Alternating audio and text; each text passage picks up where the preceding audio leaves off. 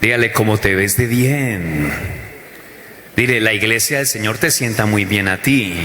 Allá afuera te ves distinto. Bueno, estamos muy felices. Quiero compartir una palabra muy especial con cada uno de ustedes y las personas que están en nuestra transmisión en vivo. Es una palabra que yo creo que el Señor quiere con esta palabra traer fuerzas a nuestro corazón en medio de desafíos o momentos difíciles.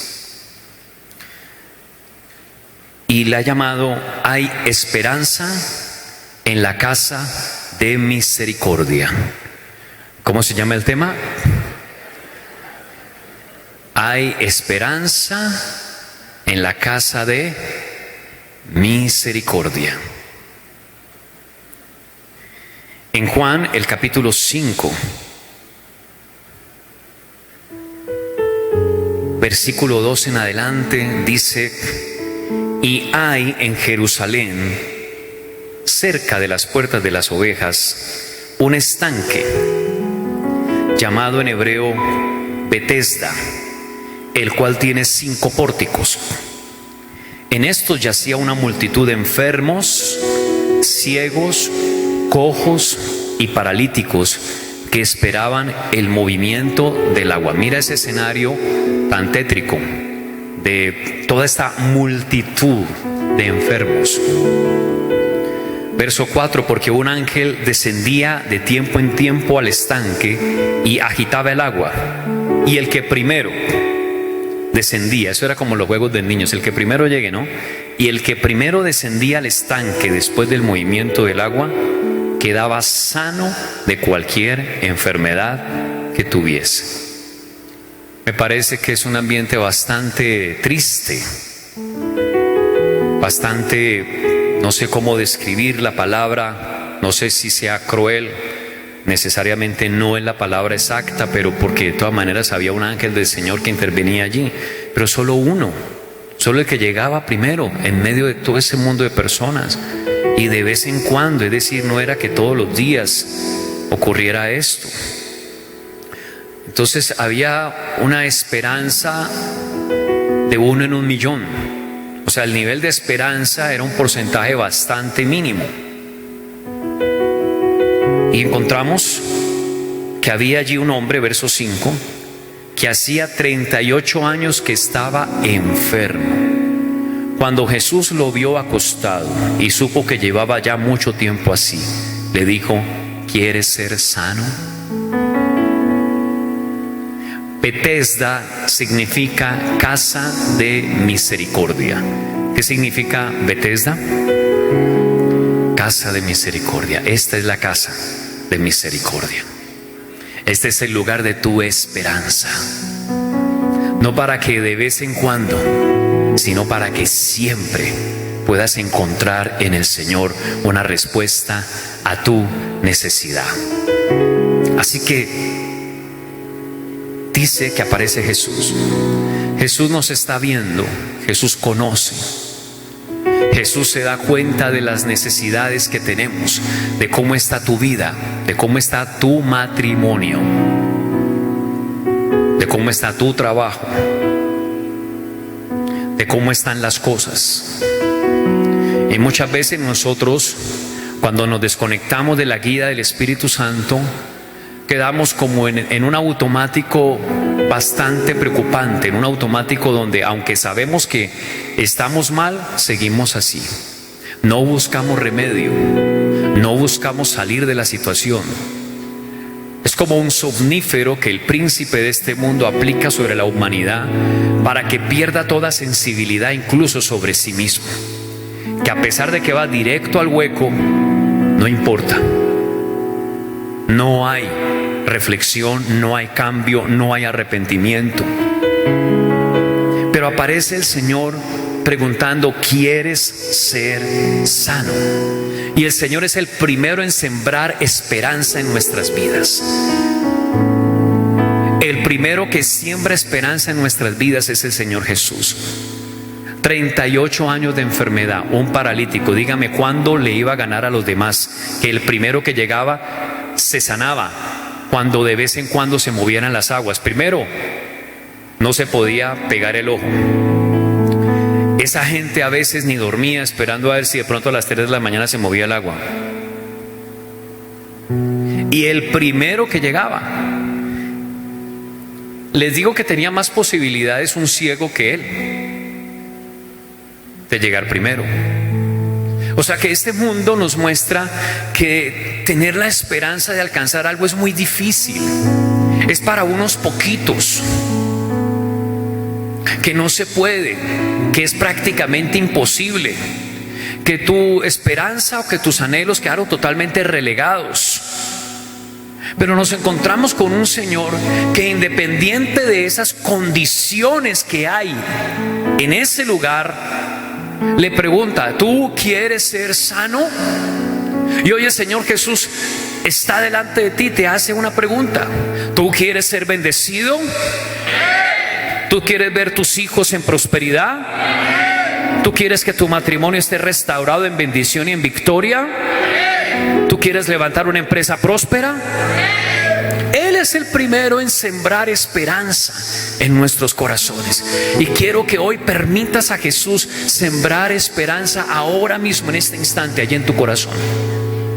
Tú has venido esta mañana a encontrarte con el Señor Jesús, un sembrador de esperanza, que ahora está sembrando esperanza en tu corazón. Levanta tu mano derecha, levanta tu mano derecha. Dile: Señor, yo recibo en esta mañana una semilla de esperanza y sé que tienes el poder para hacerlo mucho más de lo que yo alcanzo a imaginar. Porque la respuesta de él es que él no se lo imaginaba. ¿Cómo? Señor, le respondió el enfermo: no tengo quien me meta en el estanque. Estamos en necesidad, el Señor nos ofrece ayuda, pero ya el mundo nos ha cuadriculado tanto la mente que yo necesito una ayuda que yo pueda ver, que yo ya conozca. Pero ¿qué ayuda le había servido en 38 años? Ninguna. Pero nos volvemos dependientes del mundo.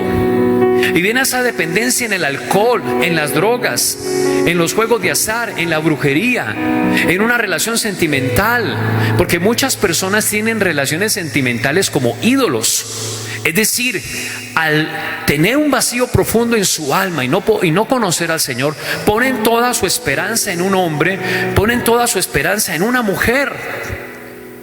Y muchas personas resultan suicidándose cuando pierden esa relación, porque ese era su Dios. Su Dios le falló. Si su Dios le falló, pare de contar, aquí no hay nada que hacer.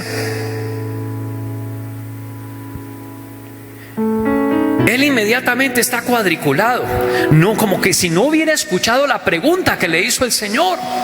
¿Cuántas veces estamos tan inmersos en el problema, tan inmersos en nuestro fracaso, tan inmersos en nuestra desesperanza, que no estamos escuchando lo que Dios nos está diciendo? La pregunta era para un sí o para un no. ¿Quieres ser sano? Les pregunto a ustedes, ¿cuántas opciones hay para responder esa pregunta? 2. ¿Cuáles son? ¿Sí o no?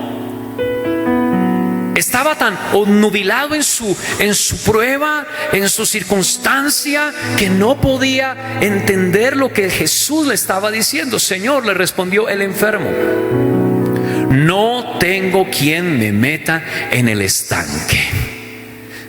Abraza al que está a tu lado y dile: tú sí tienes quien te meta en la bendición. ¿Qué le dijo Dios a Josué y Caleb? Por cuanto en Caleb hubo un espíritu diferente, yo le meteré en la tierra que él vio, en la tierra que él pisó, en la tierra que fluye leche y miel. Así que dice el enfermo: cuando se agita el agua y entre tanto que yo voy, otro desciende antes que yo. Jesús le dijo: levántate, toma tu lecho y anda. Si algo yo veo en las Escrituras es que Jesús no pierde el tiempo con nuestros argumentos, y nosotros sí. Se nos pasan días, se nos pasan meses y se nos pasan años apegados a nuestros argumentos y a veces argumentos cristianos. Hay mucho argumento cristiano en contra de la revelación del Espíritu Santo. Y mientras tú te apegues a esos argumentos, van a pasar días, meses y años que no vas a disfrutar la plenitud de la abundancia y la bendición del Espíritu Santo, la bendición del Padre. Dice la palabra que Jesús le dice: levántate, toma tu lecho y anda. El Señor te habla palabras de fe. ¿Qué palabras te habla el Señor? ¿Qué palabras te habla el Señor? Palabras de fe. Él está con el dolor, Él está con la frustración, Él está con la impotencia de ver, se sanó este hombre y apenas llevaba una semana enfermo aquí, yo llevo 38 años. En la indignación, en la amargura. Y posiblemente tú te sientas así, en tu dolor, pero el Señor siempre te va a hablar palabras de fe. Yo soy tu sanador, yo te levanto de allí, yo te abro esa puerta, yo te entrego esa empresa, yo te entrego a tu esposo para que me sirva, yo te entrego todos tus hijos para que me sirvan.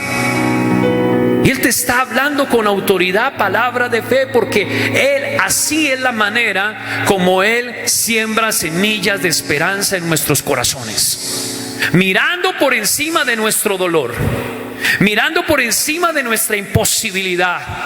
Tú has venido a esta casa de misericordia a recibir la esperanza del Dios Todopoderoso. ¿Cuántos lo celebran? ¿Cuántos lo celebran en esta mañana? Celébrelo. Al instante aquel hombre fue sanado, tomó su lecho y anduvo. Un milagro. 38 años. ¿Cuánto tiempo llevas? ¿Cuántos días? ¿Cuántos meses? ¿Cuántos años?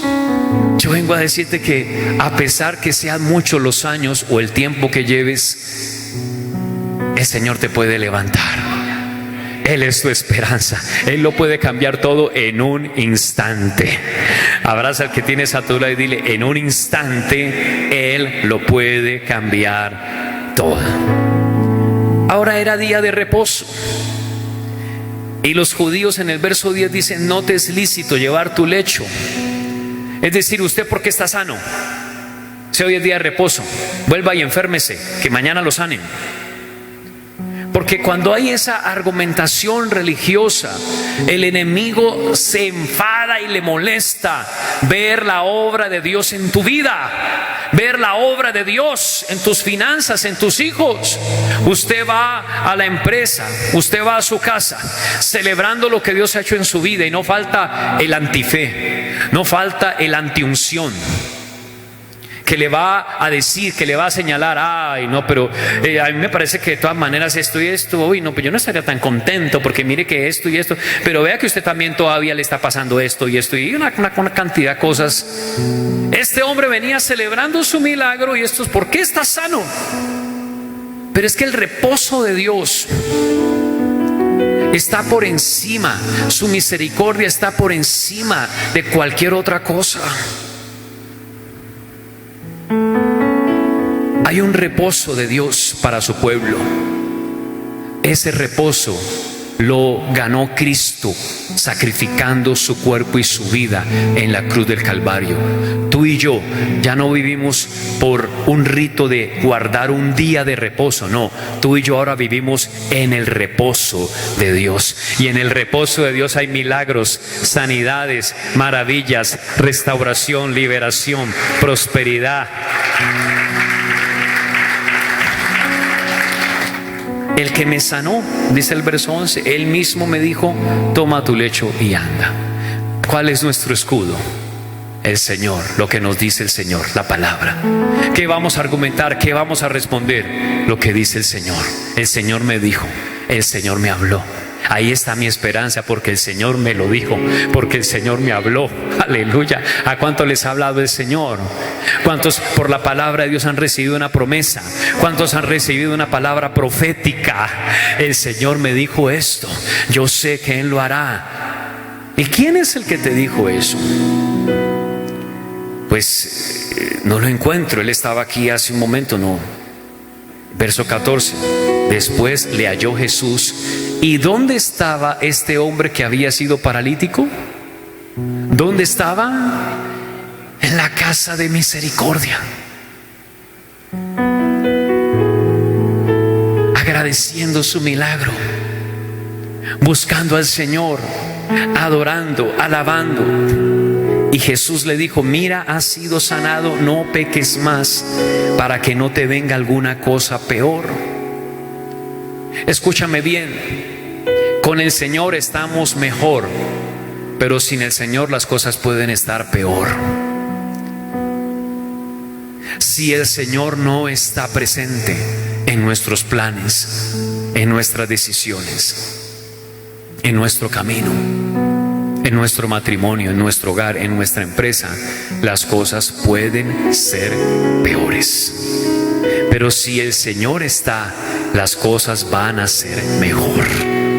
Abraza al que tienes a tu lado, dile: las cosas van a ser mejor por la gracia de Dios. Este hombre estaba en el templo, yo quiero resaltar eso. Este hombre estaba en la casa de misericordia, aleluya. Y el Señor le habla a su iglesia que el ejemplo que Jesús nos da es que hay muchas personas que no pueden llegar por sí solas al templo. El Señor le habla a la iglesia. El sembrador de esperanza nos dice que si buscamos primero el reino de Dios, ¿qué es buscar el reino de Dios? Traer esos paralíticos al templo, a la casa. Él promete añadirnos lo demás. Que así como Él no mira nuestro dolor para hablarnos de imposibles, así Él también espera que no miremos nuestro dolor para servirlo a Él y hacer que otros vengan a la casa de misericordia. Porque esta casa de misericordia depende, su nombre de alguna manera depende de lo que nosotros hagamos para Dios. Si nosotros no compartimos el evangelio con nadie, ¿qué casa de misericordia va a ser esto? ¿De quién va a tener misericordia el Señor? Pero si nosotros evangelizamos, si nosotros predicamos, si nosotros le hablamos a las personas, a las familias y los traemos acá, Dios ha de tener misericordia de cada una de esas personas como lo tuvo con nosotros. Porque eso es lo que pasa en el verso 15. El hombre se puso a predicar. Cuando alguien entiende que esta es la casa de misericordia y que recibe bendición, la gratitud por la bendición es compartirle a otros, hacer famoso el nombre de Jesús, publicar el poder de Cristo, publicar el mensaje de Jesucristo. El hombre se fue, se sale del templo y dio aviso a los judíos que Jesús era el que le había sanado. Así que este hombre que experimentó en la casa de misericordia que su esperanza no fue en vano, porque el Señor obró ese milagro, sale agradecido a publicarlo, a multiplicarlo. Nosotros queremos ver, ¿cuántos queremos ver aquí un fluir de milagros y milagros y milagros? Solamente se dará en la medida en que nosotros publiquemos el mensaje de Jesucristo y traigamos más y más almas en las cuales Dios se pueda glorificar.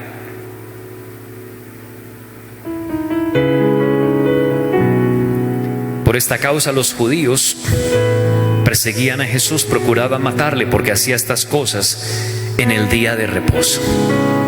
Hacía estas cosas en el día de reposo. Y Él dice: mi Padre hasta ahora trabaja y yo trabajo.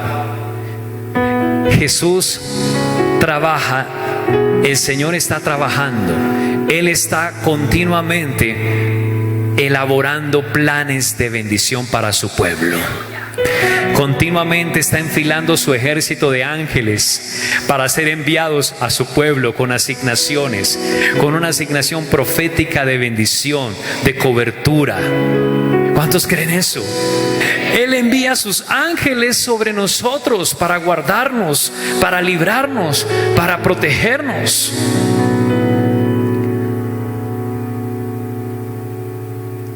Los judíos procuraban matarle, porque hacía que no solo quebrantaba el día de reposo, mira lo que dice esta última línea del verso 18, sino que también decía que Dios era su propio Padre, haciéndose igual a Dios.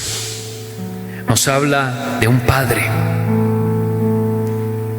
tu Padre Dios. El Padre es el que tiene la provisión para todo lo que sus hijos necesitan. Y en la casa de misericordia te vas a encontrar con el Padre que tiene la provisión para todo lo que tú necesitas. ¿Cuál es la mentira del diablo? Usted para qué va a ir allá a perder el tiempo. Mire cómo su vida está. No le da vergüenza. Mire usted lo que ha hecho siendo disque cristiano. Vea usted todo lo que ha hecho. Vea esto y lo otro. ¿Para qué va a diezmar allá? Vea lo arrancado que usted está. ¿Para qué va para allá? ¿Agradecer qué? Vea que su hijo como está de rebelde. Vea que hasta se quedó sin trabajo. Y Satanás continuamente está martillando todos estos pensamientos. Porque él sabe que cuando tú entras por esa puerta, llegaste a la casa de misericordia, de un Padre bueno, de un Padre maravilloso, de un Padre misericordioso, de un Padre que restaura, que levanta, que bendice, que hace milagros.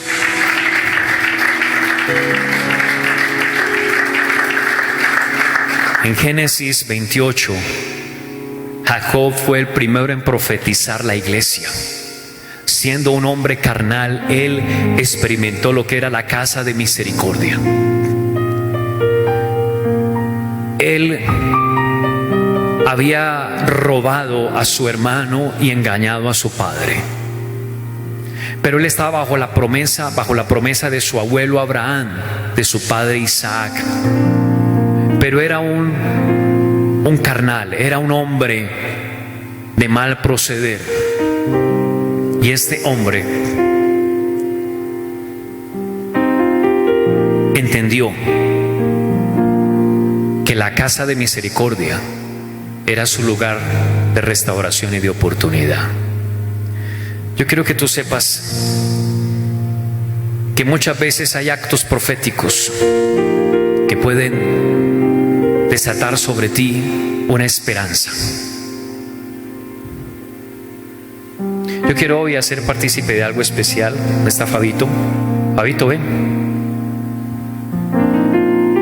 Acércate un momentico. Fabio, Ana Cristina, ellos están con nosotros desde que inició Visión Internacional y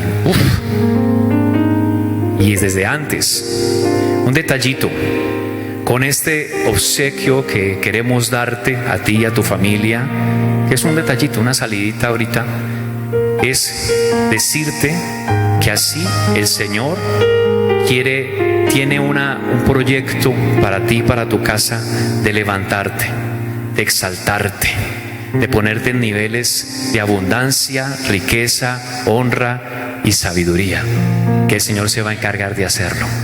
Así que aquí, hermano, hay 4 entradas a la mejor sala de cine del país, con sillas reclinables y servicio a la silla. ¿De acuerdo? Ahí están las boletas y está lo de los snacks. Quiero que sepas, hazte un poquitico para acá. Quiero que sepas que en esta casa de misericordia siempre ha habido esperanza para ti. Y tú lo sabes, y tú has esperado y esperado y esperado. Pero el tiempo del cumplimiento de los sueños que tal vez otros no hayan valorado, pero que tú has creído que Dios te los puede dar, ese tiempo de cumplimiento ha llegado en el nombre de Jesús. Amén. Gloria a Dios. Aleluya.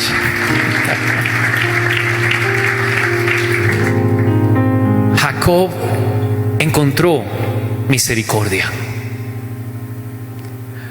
Dice Génesis 28, verso 14, en un sueño que está teniendo este hombre: será tu descendencia como el polvo de la tierra, y te extenderás al occidente, al oriente, al norte y al sur. Y todas las familias de la tierra serán benditas en ti, en tu simiente. Se le está diciendo a un tipo que le acaba de robar la herencia al hermano y de engañar al papá, aprovecharse de la ceguera del papá. Pero eso es misericordia. Yo quiero que sepas que misericordia es que a pesar de tus debilidades, Dios todavía está pensando en usarte para sus planes y que hagas la visión de Dios en esta tierra. Y quiero advertirte algo: no te le vas a escapar al Señor, porque Él sabrá arreglárselas para que tú cumplas con la visión de Dios y con el plan que Él ha asignado para ti, para tu casa. Mayor es el que está en nosotros que el que está en el mundo.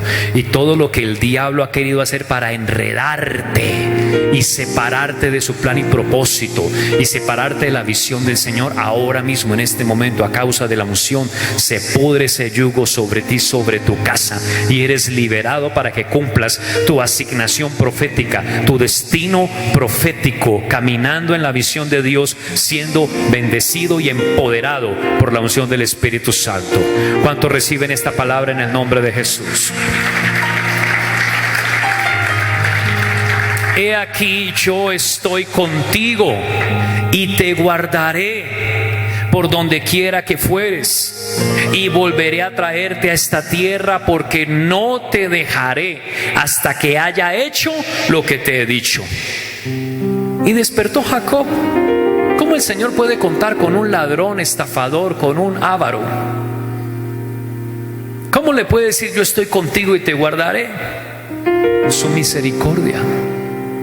Y despertó Jacob de su sueño y dijo: ciertamente Jehová está en este lugar y yo no lo sabía. Y tuvo miedo y dijo: cuán terrible es este lugar, no es otra cosa que casa de Dios y puerta del cielo.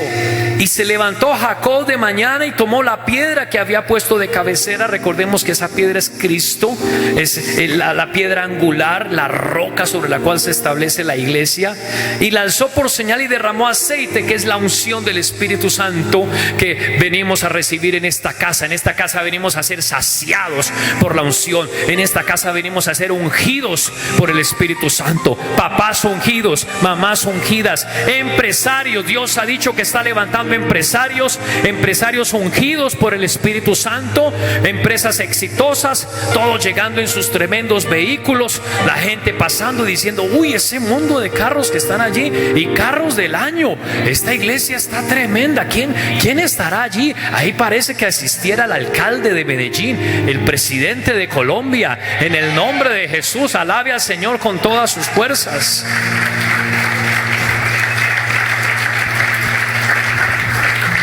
Así que unge la piedra y llamó el nombre de aquel lugar Betel, casa de Dios y puerta del cielo, aunque Luz era el nombre de la ciudad primero. Yo respeto mucho si alguien le quiere colocar a su peluquería Betel, pero me cuesta un poquitico porque por el nombre tan impresionante que tiene, ¿no? Pero está bien, si el Señor te guía, lo respeto. Pero yo leo este nombre Betel. Wow, casa de Dios y puertas. Eso es más bien como el letrero para entrar a las bodas del Cordero, ¿verdad?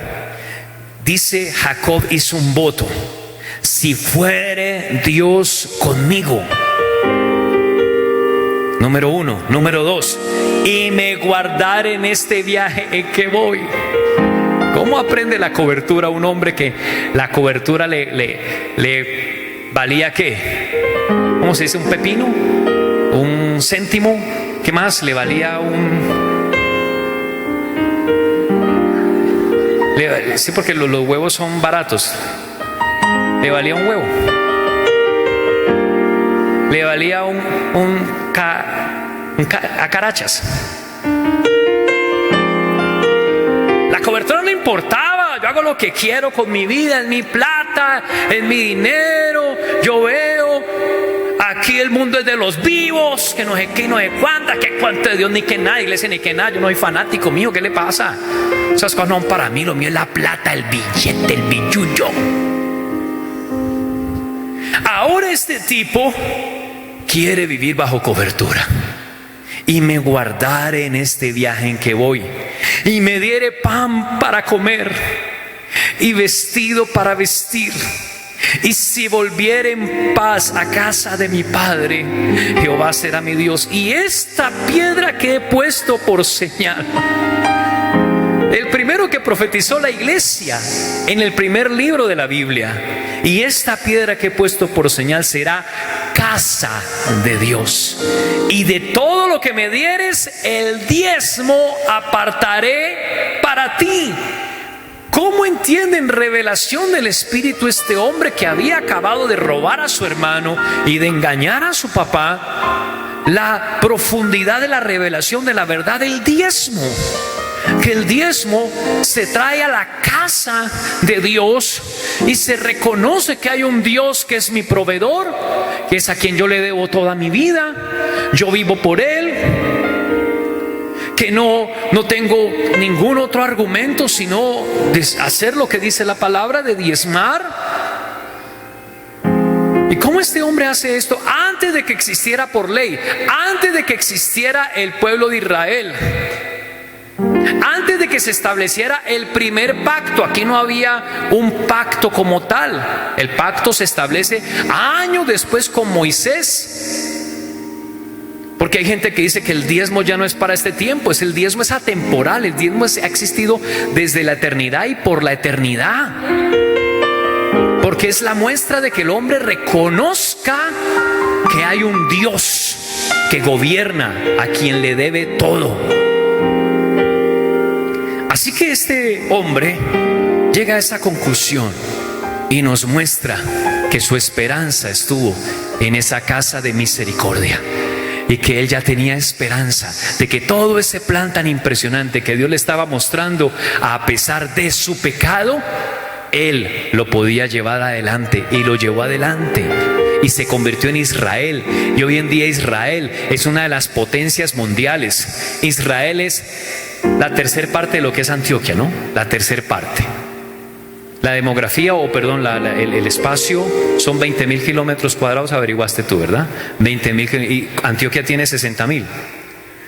Israel es la tercera parte de lo que es Antioquia, y es una potencia mundial. Tiene uno de los ejércitos más impresionantes del mundo.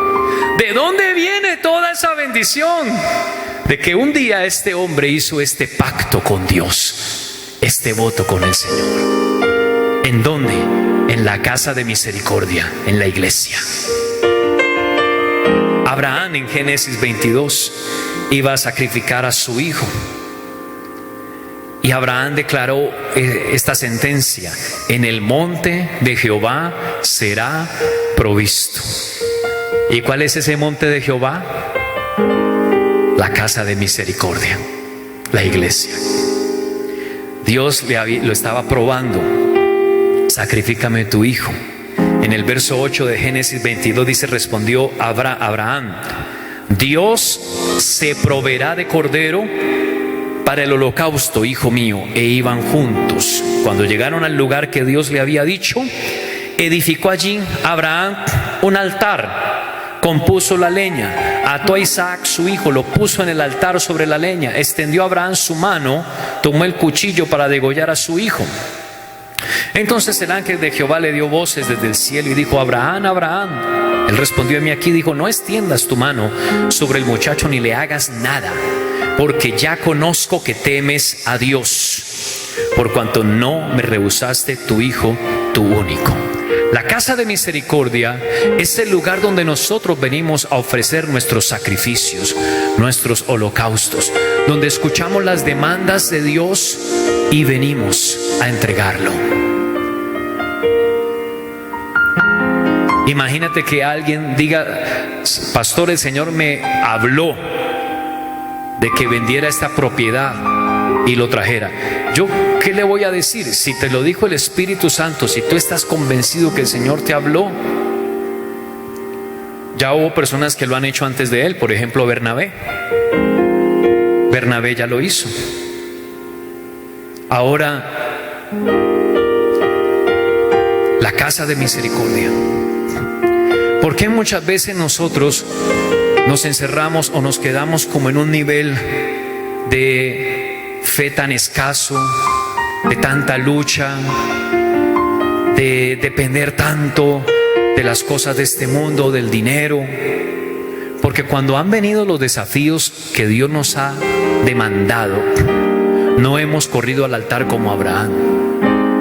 No hemos cerrado, perdónenme la expresión, cerrado el pico y en mansedumbre y obediencia hemos ido derecho al altar. No, hemos argumentado. Hemos dicho, no, pero no es para tanto. Nos hemos dejado afectar por comentarios de otras personas. La esperanza de Abraham estaba en el Dios de la casa de misericordia, en su palabra. Lo que Él demande de ti, lo que Él demande de mí, eso haremos, porque nuestra esperanza no está en el mundo. Nuestra esperanza está en el Dios Todopoderoso. Uno recibe. ¿Cómo es que uno recibe? ¿Se acuerdan? Porque dando es como se recibe. Porque dando es como. Entonces, cuando Dios te demanda algo, luego Dios, ¿qué le dice a este hombre? Le sale con una promesa impresionante. En el verso 17 le dice: de cierto te bendeciré y multiplicaré. Bendición, ¿y qué más? No los escucho. Bendición y...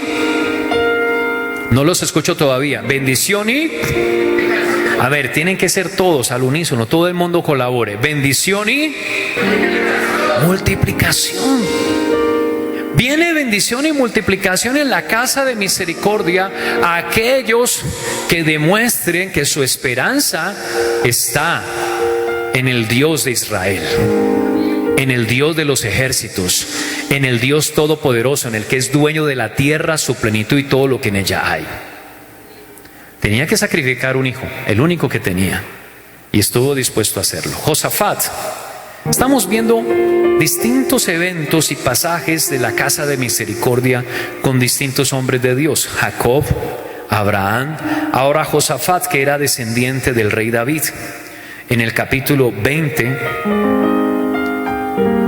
segundo libro de Crónicas, capítulo 20, Josafat vive una encrucijada muy fuerte. Dice: pasadas estas cosas, segundo libro de Crónicas, capítulo 20,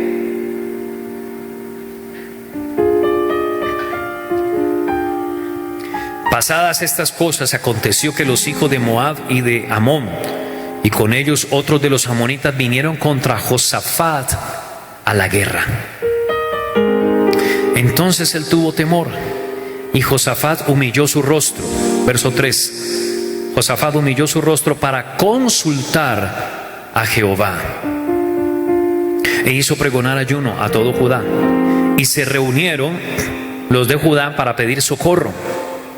¿Pedir qué? Y también de todas las ciudades de Judá vinieron a pedir ayuda a Jehová. Josafat se puso en pie en la asamblea de Judá y de Jerusalén. ¿En dónde?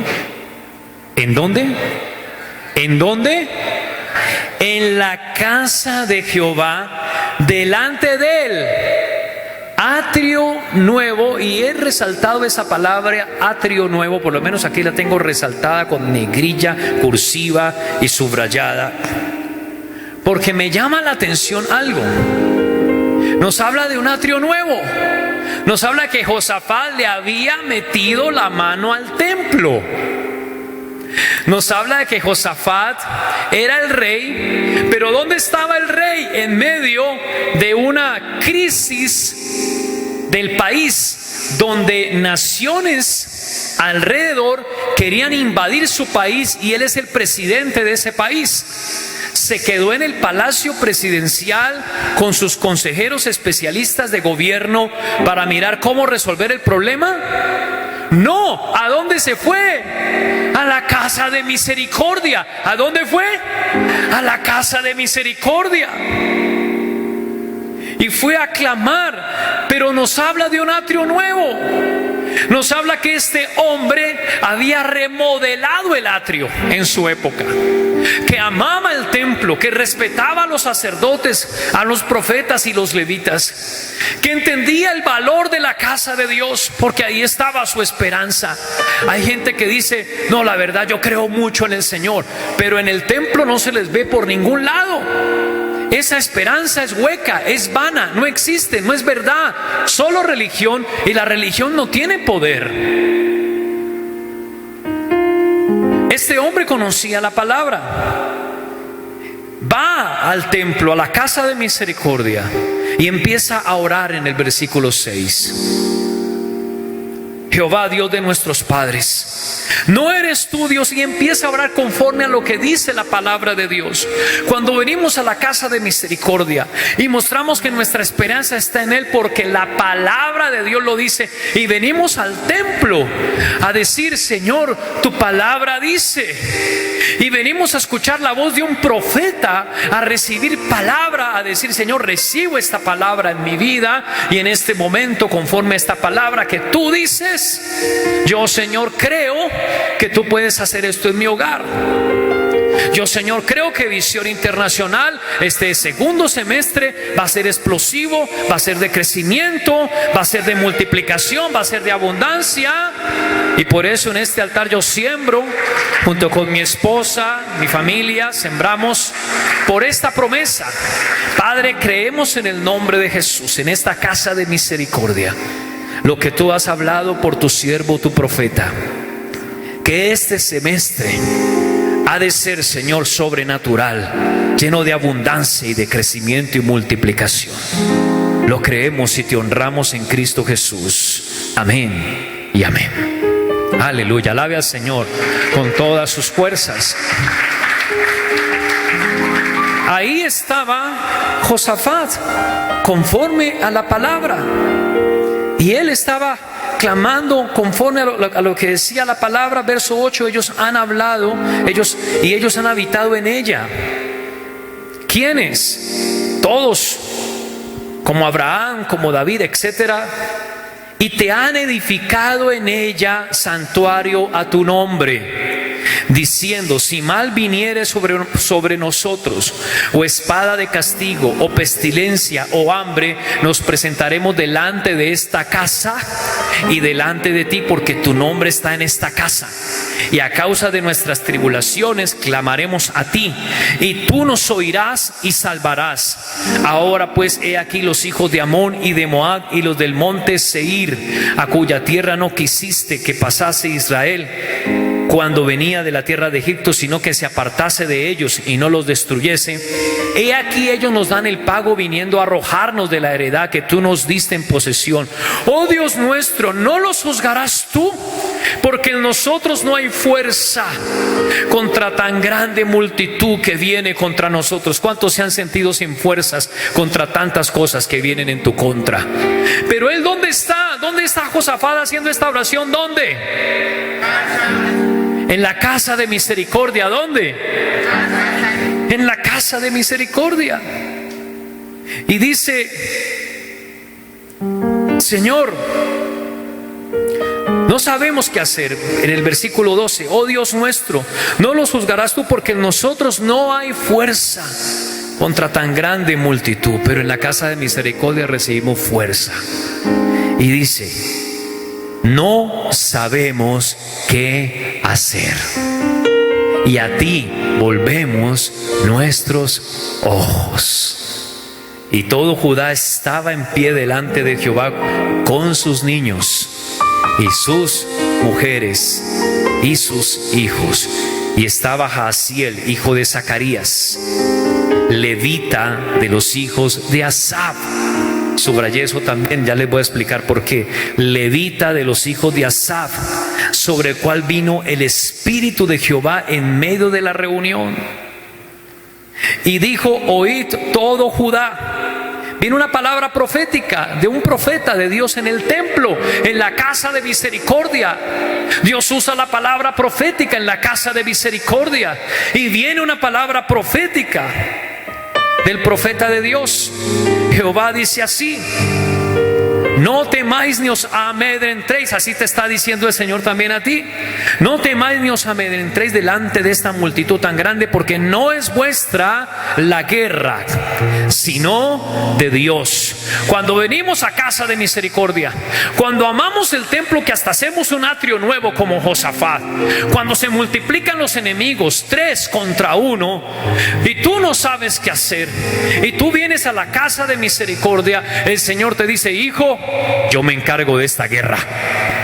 Vas a ver cómo destruyo a tus enemigos, vas a ver cómo te defiendo, y vas a ver cómo te exalto a ti delante de todos los demás.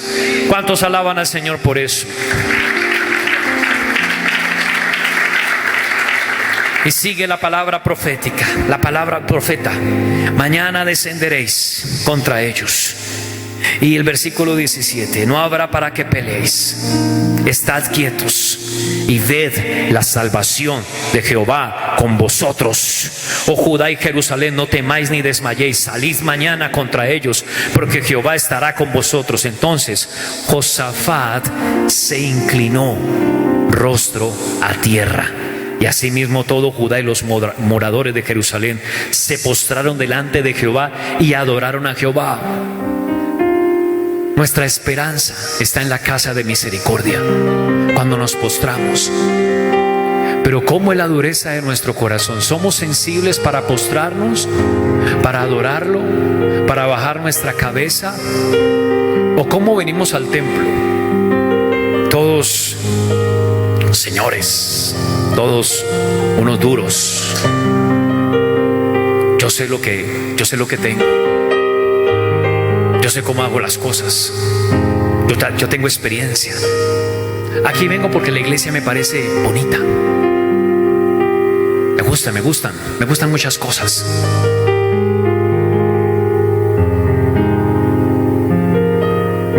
Mis amados, en cualquier momento el Dios que probó a Abraham nos va a probar. La obra de cada uno será probada, dice la Escritura. Y el Señor quiere que nos humillemos. Este rey, presidente de un país, se humilló. Así que Josafat se inclinó a tierra, todos adoraron. Los levitas empezaron a cantar. Empezó la alabanza en el templo, empezó la alabanza en la iglesia, para alabar a Jehová, el Dios de Israel, con fuerte y alta voz. Jehová es mi guerrero,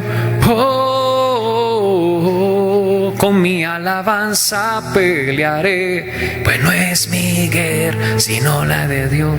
Címbalo y pandero yo daré, pues no es mi. ¿Sí ese es el orden?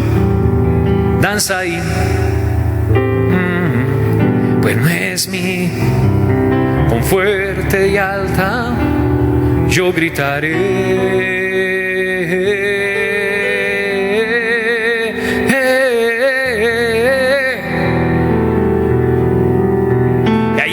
Los levitas alabando al Señor, porque su misericordia es para siempre. Y Josafat hace esta declaración: creed en Jehová vuestro Dios y estaréis. Otra vez, creed en Jehová vuestro Dios y estaréis. Creed a sus profetas y seréis. Tú vas a estar seguro porque crees en el Señor. Pero tú necesitas venir a la casa de misericordia a escuchar la palabra del profeta. Así dice el Señor, para que puedas ser prosperado. Es una condición para ser prosperado en la casa de misericordia. Finalmente, ¿qué ocurrió? En menos de un día el Señor destruyó a los enemigos, entre ellos se mataron, y el pueblo estuvo 3 días recogiendo la bendición. Y por eso ese lugar le cambiaron el nombre, le pusieron el valle de Beraca. No porque era una beraquera, no, sino porque Beraca en hebreo quiere decir bendición. ¿Qué quiere decir Beraca en hebreo? Bendición. Aleluya. Y dice que después de recoger el botín, 3 días recogieron el botín, verso 27. Y todo Judá y los de Jerusalén, por favor, preste mucha atención, y Josafat a la cabeza de ellos, volvieron para regresar a Jerusalén gozosos, porque Jehová les había dado gozo librándolos de sus enemigos. Y vinieron a Jerusalén con salterios, arpas y trompetas. ¿A dónde? ¿A dónde? Aleluya. Alabarlo, agradecerle por la victoria recibida, sus diezmos, sus ofrendas, sus primicias. Y como consecuencia de eso, el pavor de Dios cayó sobre todos los reinos de aquella tierra cuando oyeron que Jehová había peleado contra los enemigos de Israel. Y el reino de Josafat tuvo paz, porque su Dios le dio paz por todas partes. Aleluya. Ana es otro ejemplo. En primer libro de Samuel, capítulo 1. Tú conoces la historia, te la resumo. Ana era estéril y está clamando por un milagro en la casa de misericordia. La oye el profeta, el sacerdote: el Señor te conceda lo que le has pedido. Mire la palabra profética: en la casa de misericordia. Su marido Elcana, el de la macana, se llegó a su mujer, porque para que el milagro se hiciera realidad, pues Elcana tenía que poner de su parte. Así que, sorpresa, un milagro. La mujer que llevaba años de ser estéril, ahora estaba embarazada. Ella había hecho un pacto con Dios: si me das un hijo varón, yo lo entrego en tu casa. Cuando nace el niño, siembra a Samuel en la casa. Y en el capítulo 2, versículo 20 y 21, dice: y Elí bendijo a Elcana y a su mujer, diciendo: Jehová te dé hijos de esta mujer en lugar del que pidió a Jehová. Y se volvieron a su casa, y visitó Jehová a Ana, y ella concibió y dio a luz 3 hijos y 2 hijas. En la casa de misericordia está mi esperanza. Levanta tu mano derecha y di: en la casa de misericordia está mi esperanza. De aquello que no es posible, ahí está mi esperanza. Tú lo puedes hacer, Señor. Así como Ana, dígalo fuerte, así como Ana, que era estéril, en la casa de misericordia tú quitas toda esterilidad espiritual, emocional, familiar, financiera, física de mi vida en Cristo Jesús. Y finalmente, en Hechos 4, la iglesia del Señor, verso 36. Hechos 4, verso 36. Entonces José, a quien los apóstoles pusieron por sobrenombre Bernabé, que traducido es hijo de consolación, levita natural de Chipre, como tenía una heredad, la vendió y trajo el precio y lo puso a los pies de los apóstoles. Bernabé entendía lo que significaba tener su esperanza en la casa de misericordia. Todo lo contrario a lo que fue Jacob a un inicio, pero que luego Jacob comprendió. ¿Cómo vivía la iglesia? La primera iglesia, según el libro de Hechos, capítulo 5, verso 42. Todos los días, algunos días, todos los días, en el templo y por las casas, no cesaban de enseñar y predicar a Jesucristo. Cuando entendemos el valor que tiene la casa de misericordia, venimos con ofrendas abundantes y venimos con almas para que se rindan a los pies de Jesucristo, porque nuestra esperanza está en la casa de misericordia.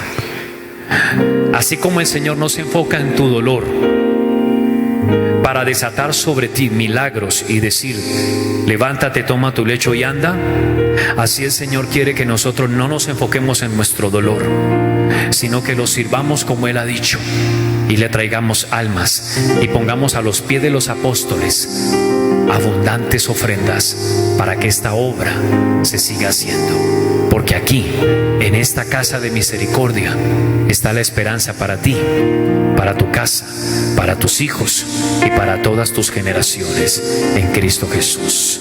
Si lo crees, alaba a Dios con todas tus fuerzas.